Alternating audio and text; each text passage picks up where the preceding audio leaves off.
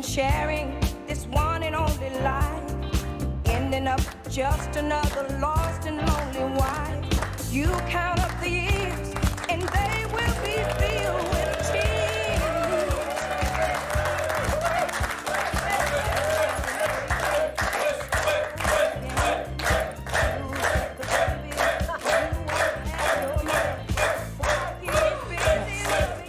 Calmez-vous quand même. On se calme. J'espère que vous allez bien. Écoutez, on démarre avec un fou rire. Il faut dire que là, quand vous êtes sur France 2 à cette heure-là, c'est pas pour pleurer, je vous le dis tout de suite, hein, c'est pour se faire du bien. Alors, on est avec Sarah Cadot et Arnaud Loquet, ce qui explique aussi notre bien-être. Il y a le public qui fait maintenant la bande-son. Alors, si je vous dis astrologie, pendule, marre de café, tarot, passion, ligne de la main, vous répondez, Sarah? Madame Irma.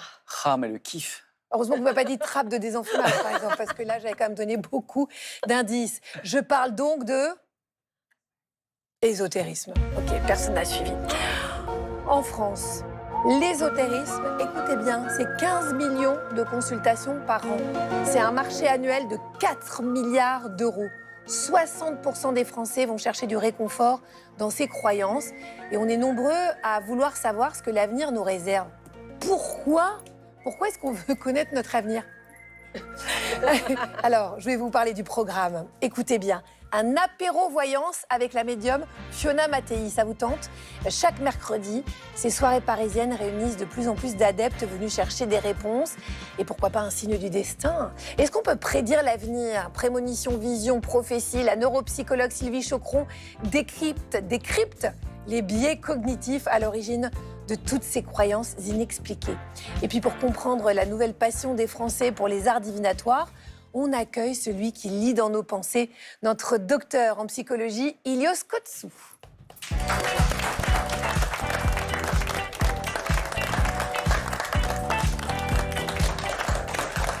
Ça va, Ilios? Salut. Très bien. Un jour, vous et moi, à la Cantoche, on a parlé voyance et médiumnité. Alors, cassez pas mon rêve, hein, parce que je sens que vous allez me remettre les pieds sur terre.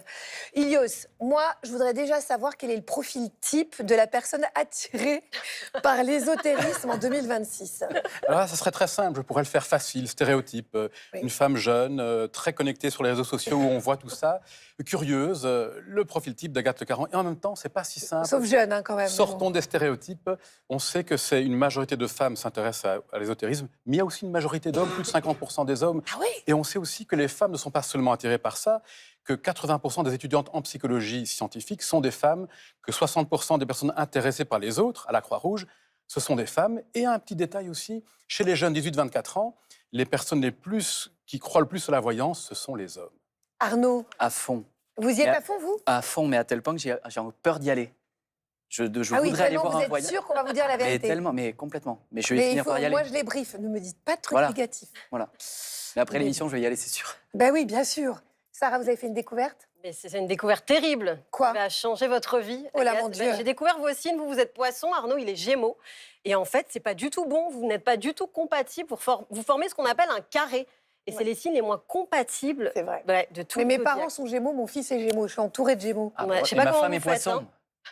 Voilà. Mais bon, bah voilà. Mais comment C'est vous bon. faites pour le dissimuler? Moi, j'y arriverai pas. Bah, c'est la Eh télévision. ben, écoutez, c'est très compliqué, hein. C'est Magouille et compagnie aussi, il faut le savoir. En tout cas, moi, j'arrive pas à faire semblant avec les Français que je rencontre. Vous Ah allez oui, voir. mais ça m'étonne pas. ça. T'es de quel signe astrologique? Scorpion. Scorpion, moi je suis taureau, c'est pas compatible. Je veux pas que pendant l'interview on se frite ou... Regarde, là tu t'énerves un peu. Ça c'est les scorpions. Ouais, là t'es un peu chafouine. Écoute, on essaye la première question et on voit. Comment ça va, Jocelyne? Ouais, ça va très bien. Tu vois. On n'est pas compatibles. Nos destins doivent se séparer, Jocelyne. Là, oui, Allez, aussi, nous à deux, bientôt. ça se sépare. À bientôt. bientôt. Vous avez bien fait, vous Ah, me moi, dire la j'arrive vérité, pas. mon Ouais, chou. Sarah, est-ce que vous alliez, si vous alliez tester votre compatibilité Bah, j'y avec vais. le public, vous êtes quel signe, vous? Taureau. Ah, c'est un bon bien, petit hein. signe. Avec les Oui. poissons, ça marche très C'est bien. génial avec les poissons. Et hop, avec le petit regard qui vient avec. Oui, avec les poissons, ça marche très, très bien, je disais. On en rigole, mais Sarah, elle est loin d'être un cas isolé parce que Madonna, par exemple, elle a refusé de collaborer avec le DJ français David Guetta quand elle a découvert que son signe astral ne lui convenait pas. C'est une vraie anecdote, hein. Alors pourquoi est-ce qu'on a vraiment besoin de croire à ces signes? Pourquoi est-ce qu'on cherche des réponses dans les astres, les cartes, les prédictions? C'est le moment de répondre aux questions que tout le monde se pose.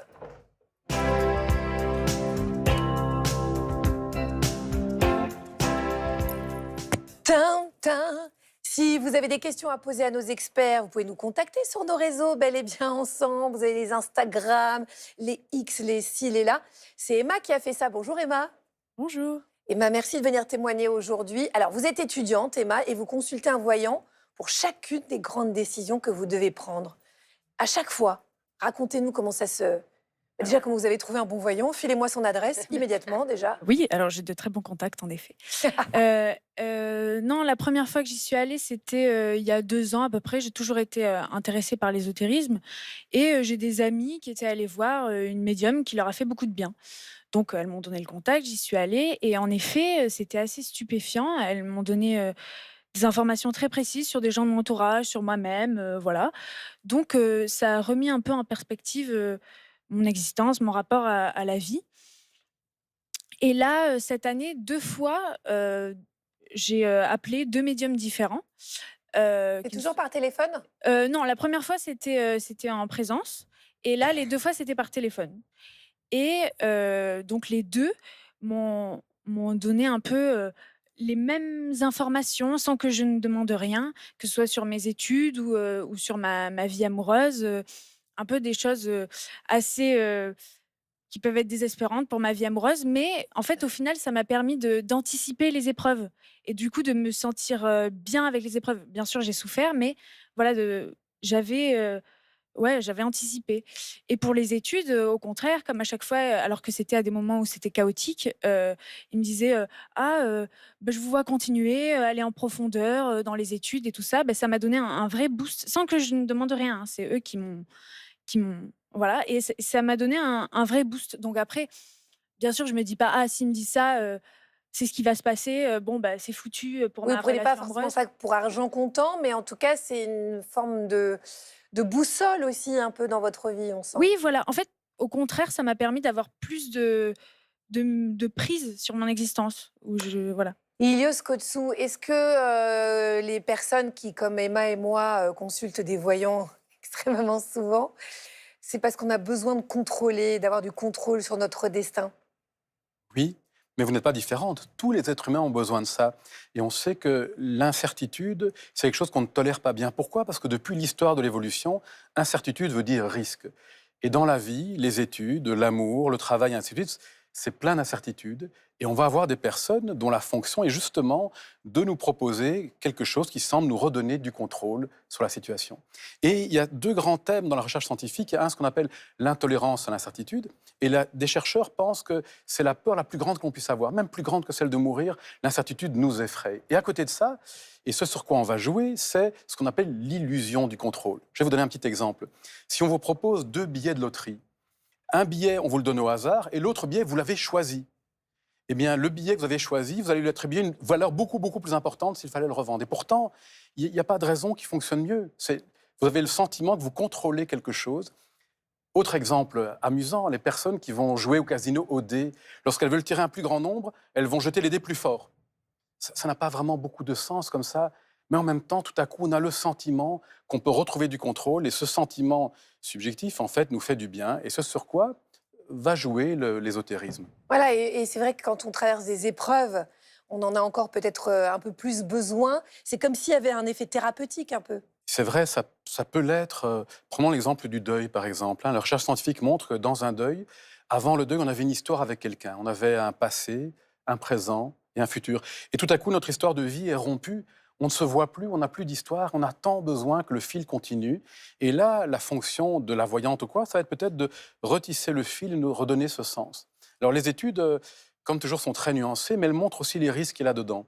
C'est-à-dire que, imaginons qu'on nous propose de recontinuer l'histoire avec quelqu'un, lorsque c'est une histoire intérieure qu'on nous propose, donc je vais retrouver des mémoires, une histoire qui va me nourrir, ça peut me faire beaucoup de bien. Lorsque, par contre, ce sont ce qu'on nous, on va appeler des hallucinations, on va imaginer des gens à l'extérieur, croire les entendre, ça peut rendre le deuil plus difficile, et ça dépend, bien sûr, de chaque circonstance. Et donc, ce qu'on pense, c'est que ce qui fait du bien, c'est pas seulement la voyante, ce qui fait du bien, c'est l'écoute. Ce qui fait du bien, c'est le lien. Ce qui fait du bien, c'est de pouvoir déposer sa douleur et d'avoir quelqu'un qui est vraiment là. On peut se dire que nous, les femmes et les hommes, on a besoin de se trouver en situation de difficulté avec quelqu'un qui est là, peut-être un feu, pouvoir avoir cette résonance affective, pouvoir déposer ce qui nous habite et redonner du sens. Et les voyants, parfois, servent à ça. Mais il y a aussi les psychologues, il y a aussi les groupes thérapeutiques, il y a aussi C'est les ça. amis et les amis. Mais bon, effectivement, un voyant, c'est aussi une béquille dans la vie, c'est une aide, quoi. Mais il y en a quand même certains, Ilios, qui ont... Enfin, Emma, aidez-moi. On a vraiment l'impression qu'ils connaissent tout de nous, alors qu'on ne les connaît absolument pas. Est-ce qu'ils ont vraiment un don, ou est-ce qu'ils maîtrisent surtout l'art de l'observation? Est-ce qu'ils ont une psychologie ou une sensibilité ultra développée? Il y a certains qui lisent dans les pensées. Est-ce que je pourrais prendre quelqu'un? Est-ce que vous seriez d'accord, madame, que je prenne quelques instants pour lire en vous? Oui, alors. Arrêtez, Attendez, non, je ne vais cassez prendre un pas mon moment, rêve, ça va être Je vais trop prendre un moment, non, je vais prendre un moment, vraiment, regardez. Vous êtes une personne qui aimait être appréciée et en même temps qui est très dure avec elle-même par moment. Vous êtes une personne en même temps rigoureuse, mais qui a une grande créativité qui ne se voit pas directement. C'est une élégance, voilà, qu'il faut pouvoir remarquer. Vous êtes quelqu'un qui aimait les autres, mais parfois les autres ne le remarquent pas. Et vous êtes venu seul. Non, vous n'êtes pas venu seul. Vous êtes venu avec quelqu'un avec qui vous entendez bien, même si parfois la personne vous énerve un tout petit peu. Vous n'êtes pas venu seul, c'est juste? Ici. Ah, Avec des amis, vous n'êtes pas venu seul. bien fait, elle n'est pas venue seule. Alors, elle est venue alors, seule, Emma. tout est juste au début. Tout est juste. Hein, tout est juste. Vous voyez que tout est juste. Et donc, ce que j'ai pratiqué ici, vous voyez, et on ne s'est pas arrangé avant. Hein. Alors, ce que j'ai fait ici, c'est ce qu'on appelle du cold reading, c'est-à-dire que je vais regarder des indices que tout le monde peut voir, évidemment, sur quelqu'un. Je vais en tirer des déductions qui semblent juste ici. Et puis, je vais lancer des perches. Vous êtes venu seul? Non, vous êtes venu accompagné. Et donc, c'est ce que font les voyants. Et il faut l'admirer, une énorme capacité d'observation, une très, très grande sensibilité, et puis une capacité à pouvoir lire et lire dans ce que vous leur racontez déjà, en vous donnant l'impression que c'est eux qui l'ont vu, mais c'est vous qui m'avez tout dit. Oui, alors tout le monde n'a pas l'intelligence émotionnelle d'Ilios Kotsou, mais bon, quand même. Non, c'est vrai que votre expérience est assez frappante. Qu'en pensent les Français, ma petite Sarou? Alors moi, les Français, j'ai été leur demander ce qu'ils pensaient des énergéticiens, ces praticiens qui rééquilibrent les énergies du corps et de l'esprit. Il y a 3 catégories. Donc il y a ceux comme vous qui croient dur comme fer. Il y a les cartésiens qui n'y croient pas du tout. Et il y a une 3e catégorie, c'est ceux qui croient en Dieu. Et pour eux, c'est blasphème tout ça. Vous allez voir. Ouais. Croyez-vous aux énergies? Non. Absolument. Non, ou en tout cas, je ne crois pas ce qu'en font certains. Est-ce que vous avez déjà consulté une énergéticienne? Oui, régulièrement je le fais. Non, jamais de la vie. Je suis chrétien. Tous les délires de voyante, tout ça, pour moi, c'est déjà de l'arnaque. Oui, dans mon village, qui moi m'a aidé à ne plus faire pipi au lit, j'étais petit. Ça a fonctionné? Bah, Vous faites pipi au lit encore actuellement? non, ça fait 2-3 ans que là c'est clean. Est-ce que vous pensez que les soins énergétiques, ça marche vraiment? Moi, en tout cas, je pense que ça ne marchera pas sur moi. Mine de rien, on prend soin de nous, on nous écoute, et je pense que rien que ça fait du bien. Est-ce que vous avez des petits rituels au quotidien, vous? Le matin, j'ai fait des prières. Je prie, toujours pour ma famille, pour aussi mon avenir, pour mes proches, pour mes amis. On va prier pour que Arnaud Loquet retrouve ses cheveux.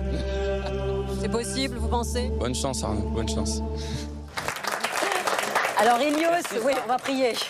Ilios, je vais vous refiler la patate chaude. C'est quoi la différence entre croire en Dieu ou croire aux énergéticiens, à la voyance? Est-ce qu'il y a des points communs? Oui, certainement. Il y a un grand point commun qui est donner du sens à l'incertitude. Alors, il y a des grandes différences sociologiques. Hein. Une religion, en général, c'est un système organisé avec un culte, un rituel, des personnes. Et on est invité bien souvent à disparaître derrière le groupe ou derrière Dieu. Alors que l'autre côté, lorsqu'on va voir une voyante, c'est nous, c'est l'individu. Et ça répond vraiment à l'individualisme d'une société ici, où c'est notre propre cas qui va être vu de manière très, très personnelle par la personne. Donc, des commonalités et puis aussi certaines différences. Voltaire disait « Si Dieu n'existait pas, il faudrait l'inventer ». Je pense que les voyantes l'ont inventé de manière très directe, à chaque carte, à chaque divination. Il y a un petit peu de ça qui passe. Très bien. Merci beaucoup, Ilios. Merci, Emma, d'être venue témoigner. Vous représentez beaucoup de Françaises et de Français ce matin. Si, comme Emma, vous avez envie de trouver des solutions bien-être, de retrouver les conseils de nos experts, notamment ceux d'Ilios Kotsou, vous pouvez nous rejoindre sur les réseaux sociaux de l'émission Bel et Bien Ensemble. On va parler du plus beau métier, du plus vieux métier du monde. Enfin, j'ai dit beau, mais c'est vieux.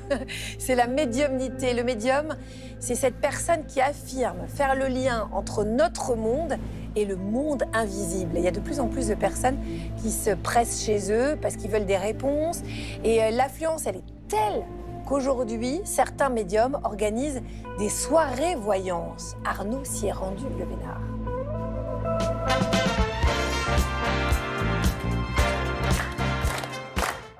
Restez bien assis, vous allez vous régaler parce que vous allez voir que c'est fini. Les médiums, ils reçoivent plus dans des salons feutrés, dans une caravane ou avec la vieille boule de cristal. Aujourd'hui, ils s'installent carrément à table avec vous. Et on a trouvé un resto qui est dans le 7e arrondissement de Paris. Et là, ce resto organise toutes les semaines des soirées où entre deux plats, on peut vous organiser un vrai tête-à-tête avec une voyante. Et là, c'est hyper sérieux. C'est pas tonton René qui vous lit les cartes au Dijon. Regardez.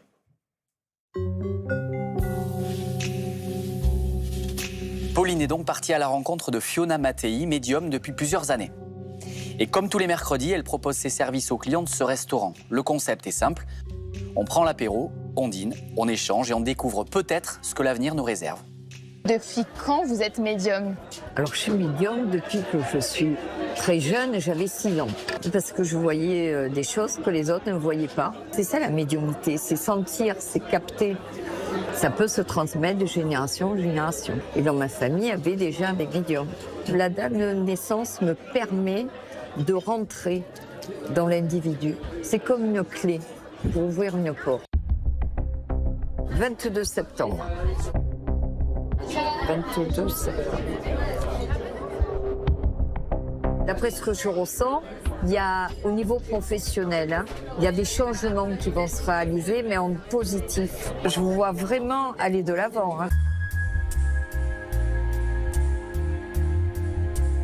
Quand les gens viennent vous voir, qu'est-ce qu'ils viennent chercher? Alors, ils viennent chercher d'abord les informations, qu'est-ce qui va se passer dans leur avenir. Et en même temps, ils ont envie d'être aussi rassurés par rapport à ce que les décisions qu'ils doivent prendre, que ce soit une vie sentimentale ou professionnelle.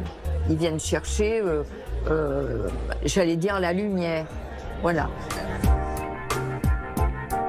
J'avais jamais fait, donc j'étais intriguée, effectivement. Donc c'est vrai qu'avec des collègues, on s'est dit, allez, on va aller se boire un petit verre, et puis par curiosité, on va faire ça. Donc c'était la curiosité, finalement. Ce soir, on est venu exprès pour cette soirée parce que notre copine nous en avait parlé. On s'était dit c'était sympa de faire une soirée entre copines avec le concept de la voyance. Le fait que ça soit dans un restaurant, c'est propice au fait qu'on la consulte, c'est léger et puis c'est un super moment qu'on passe entre copines. Donc voilà. Pourquoi faire ces séances justement en restaurant? Qu'est-ce que ça a de différent par rapport au cabinet?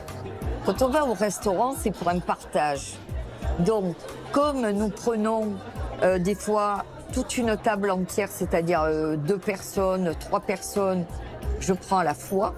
Donc, nous ne coupons pas ce partage qui est toujours là. Vous voyez ?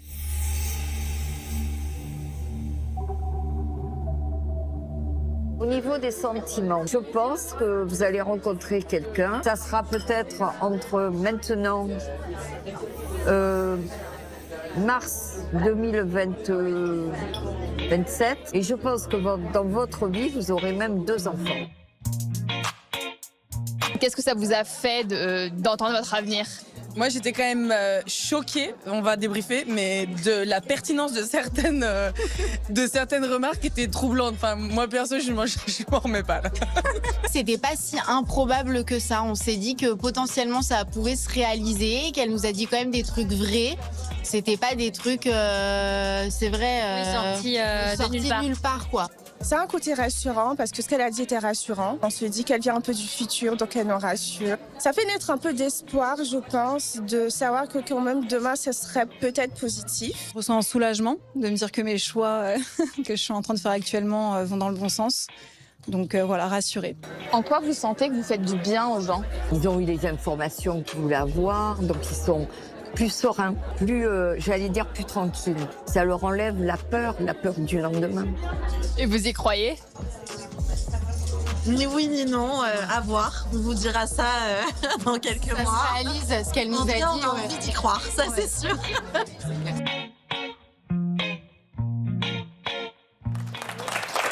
Pour refaire un reportage pour voir si ça s'est vraiment passé. Ouais, exactement, une suite. Bon, ce qui est hyper important, en tout cas, quand on voit ce sujet, c'est qu'on y croit ou pas, qu'on soit convaincu ou juste curieux. Ce qui est très important, vous le dites souvent, Agathe, il faut s'offrir des bulles. Cette émission, c'est une bulle. Il faut s'offrir des parenthèses dans le quotidien, parce que souvent, il y a des gens qui sont un peu trop seuls. Ben voilà, c'est totalement le genre d'endroit où vous pouvez aller pour échanger, parler de soi, ça fait souvent du bien. Et en fait, tout ça, c'est simplement du lien social. Ça rejoint tout à fait ce que disait Ilios tout à l'heure. Ilios, justement, Stan a eu une illumination, figurez-vous. Mais vraiment, illumination énorme. Et il a une question très bizarre à vous poser. J'espère que vous aurez une réponse à lui apporter. On l'accueille? Allez.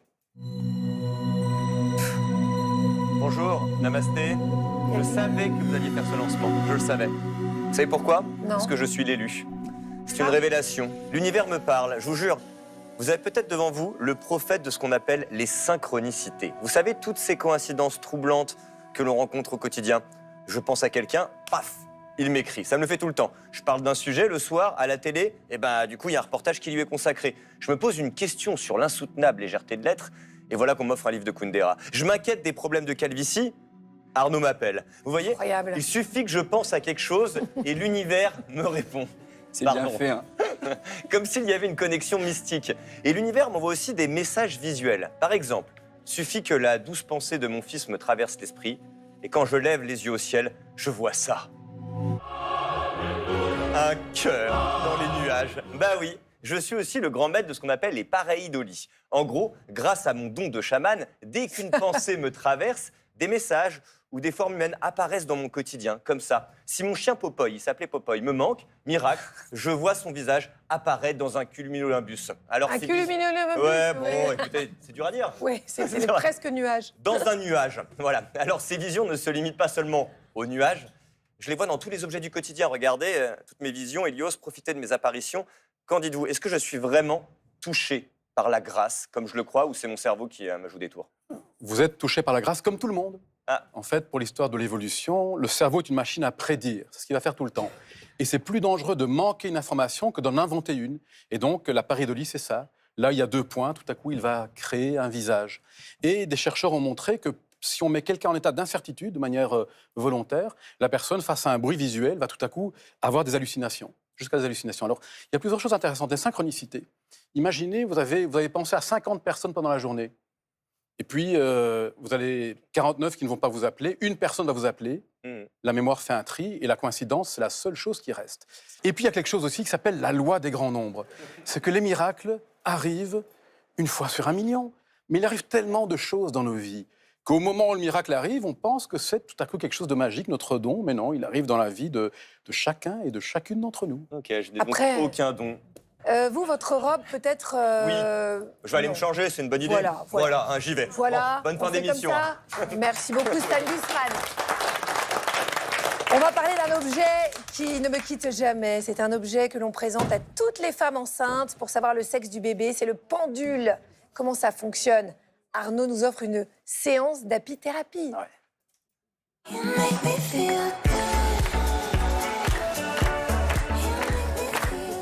Alors, moi, jusque-là, Agathe, peut-être vous, mais pas moi, on m'a jamais diagnostiqué de don particulier de voyance. Donc c'est pour ça que, Aurélie, merci beaucoup d'être venue. Avec plaisir. Dans quelques instants, vous allez nous montrer ce pendule qui est devant vous. D'abord, je vais vous présenter. Donc, vous êtes énergéticienne, magnétiseur coupe-feu. C'est quoi ça déjà, coupe-feu? Ça veut dire quoi? Alors, déjà, coupeur de feu, magnétiseur. Alors, je ne vais pas parler forcément de don. Moi, je commencerai par parler d'une capacité qu'on peut développer, parce qu'on a tous du magnétisme, on peut tous le développer. Moi, j'ai développé mon magnétisme au moment de la période du Covid, quand j'étais infirmière à l'hôpital. J'ai commencé à ressentir des sensations particulières, des énergies un peu plus intenses. Au contact des patients, j'avais les mains qui chauffaient, qui picotaient. Et ce qui est drôle quand même dans mon parcours de vie, c'est que pendant mes études infirmières, j'ai rencontré un patient auquel je me suis occupée. Et il s'avérait que c'était un magnétiseur qui m'a transmis la prière de coupeur de feu. Il m'a dit, tu verras Aurélie, plus tard ça te servira. Donc j'ai commencé à développer mon magnétisme. Et c'est vrai qu'aujourd'hui, j'accompagne des personnes qui ont des blocages émotionnels, physiques, énergétiques. Et je continue de travailler encore avec des professionnels de santé, que ce soit dans les centres de Grand Brûlé, en cancérologie pour tout ce qui est radiothérapie, tous les problèmes de fertilité, les problèmes de peau. Donc j'ai un champ d'action qui est finalement assez vaste. Ce qu'il faut dire aussi quand même, c'est que les médecins aussi vous sollicitent, quoi. C'est donc c'est presque rentré dans les mœurs. Ça commence. Ça commence doucement. Hein. Ça commence. Ouais. Donc, vous utilisez des supports et parmi eux, il y a le pendule. Exactement. Donc, en quoi ça consiste un pendule? Alors, ce petit pendule-là, comment il fonctionne, c'est la question. Alors, finalement, c'est assez simple. Le pendule va amplifier les micro-mouvements du corps parce qu'on va tous dégager des énergies et des vibrations. Et du coup, le pendule, face à ces vibrations, va se mettre en mouvement. Et en fonction des mouvements qu'il va pouvoir faire, on va pouvoir interpréter ce qu'il nous donne comme réponse. Est-ce que ça se réalise à tous les coups? Alors, je dirais oui et non, ça va dépendre de l'expérience qu'on va avoir avec son pendule. Plus on va s'expérimenter avec le pendule, on va apprendre à le connaître, voir comment est-ce qu'il fonctionne. Nos ressentis aussi vont s'affiner et on va gagner un petit peu plus en exactitude dans les réponses. Mais après, encore une fois, le pendule, c'est pas une science exacte. On peut se tromper. Si on est, par exemple, trop investi émotionnellement dans la question, ça peut fausser le résultat du pendule. Donc, il y a quand même des conditions à mettre en place pour utiliser le pendule. Être bien au calme, être bien ancré, avoir les idées bien au clair. Si demain, je veux le faire, que je suis énervée, en colère, on va le mettre au placard, on va attendre le lendemain parce qu'il faut vraiment être bien au calme. Il y a des questions qui reviennent plus que d'autres? Alors, principalement, ça va être des questions fermées par lesquelles on va répondre par oui, non, peut-être. Ça va être des questions de la vie quotidienne en général. Par exemple, est-ce que je vais tomber enceinte cette année? Est-ce que mon conjoint va me demander en mariage?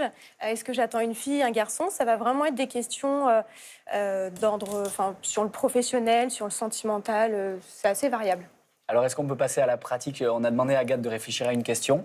Est-ce que je crois que vous avez un autre accessoire. J'ai la planche avec moi qui est juste ici. Ça fait partie aussi de la panoplie. Alors, le pendule, il fonctionne généralement toujours avec une planche. Donc là, c'est une des planches les plus basiques qu'on peut avoir quand on débute avec le pendule, où on va avoir les fameuses questions oui, non, peut-être. Et après, il existe plein d'autres planches si on veut affiner un petit peu plus les questions. Donc, c'est assez simple. On peut tester une question. Alors, est-ce que je vais déménager? Alors, quand on pose une question, pas Aurélie. Quand on pose une question, plus elle va être précise, plus la réponse le sera. Donc, je peux vous dire oui, mais dans combien de temps? Et il faut dans un laps de temps. Est-ce que je vais déménager l'été prochain? L'été prochain, donc en 2027. En 2027. Avant 2027. Non, en 2027. Ça ne sera pas avant 2027. Alors, ce qu'on fait pour répondre à une question... C'est du yoga, ce truc qui n'a rien à voir. C'est pour la détendre. Elle est stressée. Pour répondre à la question, si vous avez la personne à côté de vous, le mieux, c'est que moi, j'aime bien me connecter à l'énergie de la personne. Donc, je vais prendre votre main directement. Si vous n'avez pas la personne à côté de vous, vous pouvez prendre soit un support photo ou penser mentalement très fortement à la personne. Donc là, je vais me connecter aux fameuses énergies d'Agathe. Donc, le pendule va se mettre à tourner naturellement. Ça, c'est pas vous qui le faites tourner, il se met comme ça. Il tourne tout seul. Donc après, je lui demande de s'arrêter et logiquement, il s'arrête. C'est vous qui lui demandez là? Il y a des conventions à passer avec le pendule. Quand on achète un pendule, il y a une façon de comprendre comment il fonctionne. Comme on achète une nouvelle voiture, il y a certaines choses et un mode d'emploi. C'est pareil avec le pendule. Donc là, j'ai la question dans ma tête, j'ai vos énergies, je me mets au-dessus de la planche. Et ensuite, au niveau de la question, soit je vais la penser, la matérialiser dans ma tête, soit je peux la dire aussi également à haute voix. Déconnez pas Aurélie. Qu'est-ce qu'Agathe va déménager dans l'été 2027? Donc là, visiblement, ça me donne pas un oui franc, mais ça me dit fort probable. Donc il y a des chances. Ça tire vers le oui, oui, oui. Ouais, quand même. ça commence à aller vers le oui. Il y a des bonnes chances. Alors après, attention, le pendule, ça reste un outil, c'est pas une vérité absolue, c'est pas un objet qui est magique non plus. En fonction de l'impact émotionnel qu'on va avoir dans la question, par exemple, si c'est vous qui posez la question, il y a plus de chances qu'il aille vers le oui, Oui, que si si j'ai c'est moi. très envie, évidemment, Exactement. c'est... Voilà, Et d'accord. est-ce que le pendule, c'est le vôtre? On ne peut pas le prêter, on vous l'a donné, vous l'avez acheté? Ça, c'est mon tout premier pendule que j'ai acheté quand j'ai commencé à développer mon magnétisme, parce que je me sers beaucoup de mon pendule dans ma pratique de magnétiseur pour affiner un petit peu mes ressentis, pour gagner en précision sur des localisations de symptômes, par exemple. Mais c'est mon tout premier pendule et c'est un objet qui reste très personnel. C'est comme une brosse à dents, vous n'allez pas la prêter à votre voisin. Donc le pendule, c'est pareil, il est à moi. On rigole pas. Je ne vous le prête pas. D'accord, on touche pas, on touche pas. Aurélie Villard, merci beaucoup, c'était passionnant. Si vous souhaitez en savoir plus, je précise que votre livre que j'ai ici, qui s'appelle Le mini-guide ultime du magnétisme, est disponible aux éditions Animae. Donc il y a plein de choses, plein de schémas, plein d'explications aux questions que vous vous posez. Sarah, oui. Le public se pose des questions également. Mais c'est ça, il y a Caroline qui a très envie d'aller consulter un voyant, mais qui a une petite appréhension. Moi, je me demandais si, à force d'aller consulter des voyants, si ça ne devenait pas une addiction. Alors oui, ça peut donner une addiction. Pourquoi? Parce que la promesse des voyants, elle est tellement forte, non? Vous imaginez dans un monde qui est tellement incertain, dans un monde où on nous dit, voilà, je vais donner une certitude, je vais pouvoir te dire ce que tu vas devenir, plutôt que, moi, ce que je pense qu'est la réalité, d'accepter la condition humaine de ce monde tragique où on contrôle tellement peu. Mais ça va plus loin que ça. Vous imaginez la promesse, et je vous le dis, moi, de quelqu'un qui a perdu ses parents très jeunes. Vous imaginez la promesse de quelqu'un qui te dit, tu vas pouvoir retrouver ceux qui ne sont plus là. Et donc, c'est la promesse de lutter contre la mort, c'est la promesse de lutter contre l'incertitude. Avec une promesse comme celle-là, oui, les risques d'addiction sont très importants. Parce que si quelqu'un vous aide à retrouver en vous une confiance dans un moment de la vie où vous en avez besoin, ça peut vous être très utile. Mais si vous dépendez de quelqu'un pour pouvoir vous diriger dans un monde difficile, c'est l'addiction et ça peut être dangereux. Voilà, il faut essayer de garder quand même son libre arbitre. Exactement. Par rapport à tout ça, c'est ce que fait Emma très bien, et c'est ce qu'elle expliquait tout à l'heure, c'est que malgré les conseils des voyants, elle reste quand même dans son couloir de nage et elle garde son pouvoir de décision. On va parler des rêves prémonitoires, les prophéties, les visions inexpliquées. Si c'était notre cerveau qui avait des pouvoirs extraordinaires, c'est l'avis de notre neuropsychologue, ça ne va pas vous étonner, Sylvie Choqueron.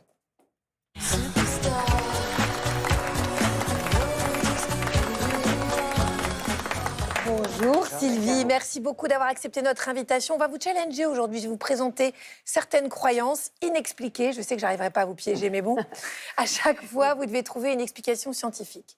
Est-ce que vous vous en sentez capable, Sylvie Choqueron? Je suis tout à fait prête, Agathe. Très bien, pour commencer, je vous propose de lire l'horoscope du jour. Il est ici, Poisson. Vous avez besoin que les autres vous apprécient et vous admirent, mais vous avez tendance à vous critiquer, bien que votre personnalité présente quelques faiblesses, vous êtes généralement en mesure de compenser. Alors, on se reconnaît? Tout le monde se reconnaît, c'est bien ça le problème. Parce que C'est votre signe. si moi je vous dis, vous avez de l'audace, et vous pourriez même franchir des limites. Pas du tout. Vous pensez que j'ai lu votre horoscope? Non, pas du tout, Sylvie. Non, en réalité, c'est ce qu'on appelle l'effet Barnum. Alors, qu'est-ce que c'est que l'effet Barnum? C'est le fait qu'on va vous dire des phrases très généralistes, qui ont justement cette possibilité de faire que vous vous identifiez.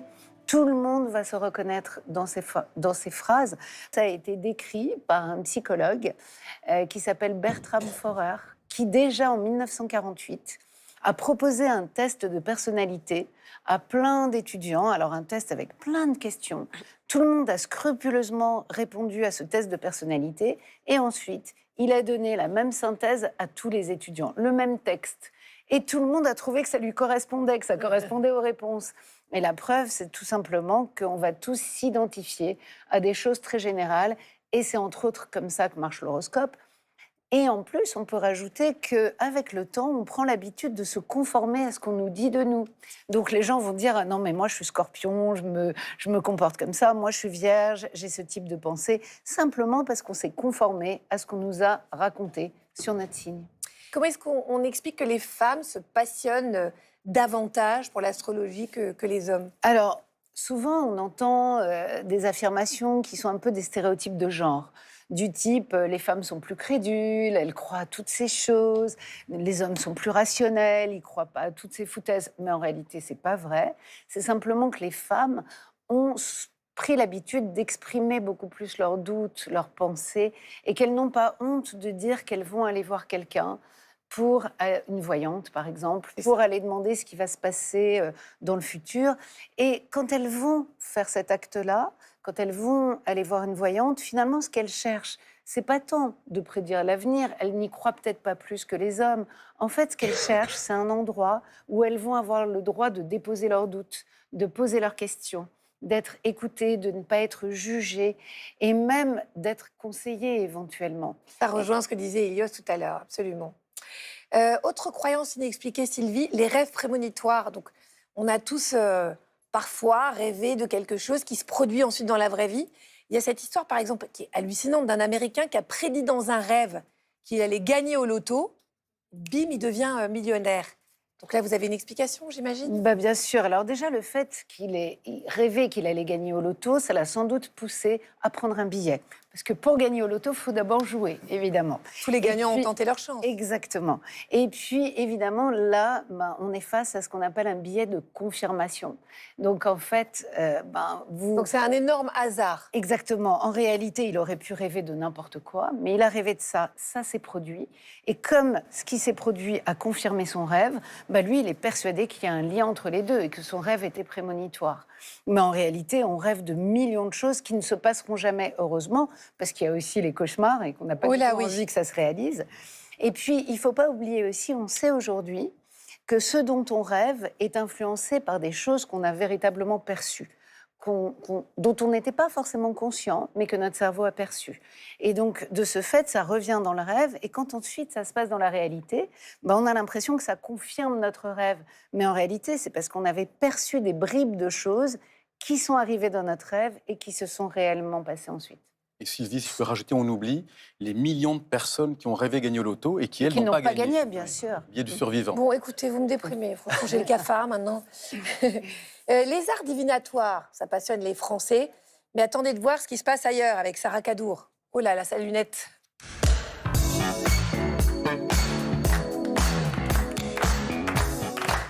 Matin, Agathe, on part pour un voyage un peu mystique. On va explorer des traditions ésotériques entre chamanisme, vaudou et sorcellerie.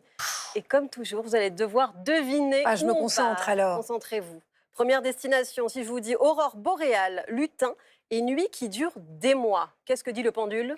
Tourcoing. Mais oui, mais quel génie, quel puits de culture. On va en Laponie, Agathe. Et on va chez les Samis. Alors, pas votre ex, Sami, hein.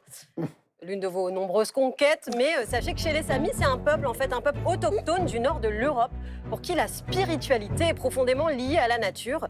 On parle ici de chamanisme ancestral. Le chaman utilise un tambour sacré, des chants traditionnels et entre parfois en transe pour communiquer avec les esprits, demander des réponses ou même guérir, parce que dans leur vision du monde, tout a une âme, les animaux, les rivières, les montagnes et même les anecdotes d'Arnaud Loquier. Incroyable. Petit détail assez fou, ces aurores boréales qu'on rêve tous de filmer pour Instagram, chez certains Samis, elles sont perçues comme des esprits, parfois même des âmes. Alors je vous propose qu'on change vite de destination avant qu'elle décide de nous jeter un sort. Oui, oh là là là là, enchaînons, mon Dieu. Changer de pays, on va où ? On va rester dans le Grand Nord. Si je vous dis cornemuse, druide et Bono du groupe U2. Guadalajara. Guadalajara, c'est ça, en Irlande. On part en Irlande. Ici, on plonge dans une ambiance complètement différente. L'Irlande, c'est la terre des légendes celtiques, des druides et des récits anciens qui se transmettent depuis des siècles. Certaines retraites modernes s'inspirent encore de ces traditions, notamment pendant les fêtes païennes comme Samhain, l'ancêtre d'Halloween, où l'on célèbre le passage entre le monde des vivants et celui des esprits. Alors au programme, rituels, méditation, tirage de cartes, connexion à la nature et parfois même fabrication de potions. Bon, en général, on fabrique plus des tisanes que des sortilèges, mais l'intention est là. Et tout ça, ça se fait en lien avec les éléments. Le feu pour l'énergie, l'eau pour les émotions, l'air pour l'esprit. Et entre deux légendes, si vous croisez un elfe ou une fée, surtout, soyez polis. En Irlande, on dit qu'un mauvais regard peut vous valoir un mauvais sort. Et comme moi, j'ai pas envie qu'on nous en jette, donc on va bouger. Si vous D'accord, c'est à Arnaud de trouver alors. C'est ça. Dernière escale, oui Arnaud, bonne idée. Si je vous dis Caraïbes, vibration et banane plantain. Perpignan. Ouais, mais c'est ça, mais vous avez vu. Il est trop fort. Génie Arnaud, parce qu'on va en Haïti. Voilà. Ici, on découvre les cérémonies vaudou, une pratique spirituelle souvent mal comprise, mais qui est en réalité très codifiée et profondément ancrée dans la culture du pays, héritée de traditions africaines, mêlée à l'histoire locale. En fait, pendant les rituels, là-bas, les participants, ils chantent, ils dansent, et certains entrent en transe. On dit alors qu'ils sont possédés par les esprits. Chaque esprit a sa personnalité, ses préférences, ses goûts. Certains aiment le rhum, comme vous, Agathe, d'autres les parfums, ou d'autres encore la musique, comme Arnaud. Et tout commence doucement. Les tambours, les chants, les corps qui bougent, puis l'énergie qui monte, jusqu'à un moment où tout bascule. Quelqu'un entre en transe, change d'attitude et de voix. Alors moi, je peux pas vous y emmener. J'ai pas les moyens, malheureusement. Mais je vous ai ramené un petit souvenir d'Haïti. Oh, qu'est-ce que c'est, mon chou? Une poupée vaudou à l'effigie d'Arnaud Loquet. J'ai ma petite aiguille. Sympa. Et je vais piquer au niveau de la calvitie. On va voir si ça fonctionne, si ça peut vous faire Avec revenir tout ça, vos si cheveux. j'ai pas les cheveux aux épaules. Rac. Alors? Ah ouais, là j'ai senti un truc. Il y a un truc, ça C'est- pousse. Ouais. Oui, c'est incroyable. Écoutez, il a déjà fait de l'acupuncture ici. Il a fait toute une émission avec 20 aiguilles dans le, Ah ouais. dans le Les cerveau. cheveux de cobaye, ouais. Voilà. Donc peut-être qu'on finira par les faire repousser, sait-on jamais. ouais, Arnaud. j'espère. Franchement, Il je faut vais avoir de les avoir au- l'espoir. Je vais les avoir dans le dos à force. Parce que chaque émission, il y a un truc. Je voudrais remercier nos experts, Ilios Kotsou, Sylvie Chocron, pour leur éclairage ce matin. Merci à Sarah, Arnaud d'avoir été avec nous, à tous nos invités. On se retrouve demain à 9h55 pour se faire du bien. Passez une bonne journée sur France 2. Merci au public.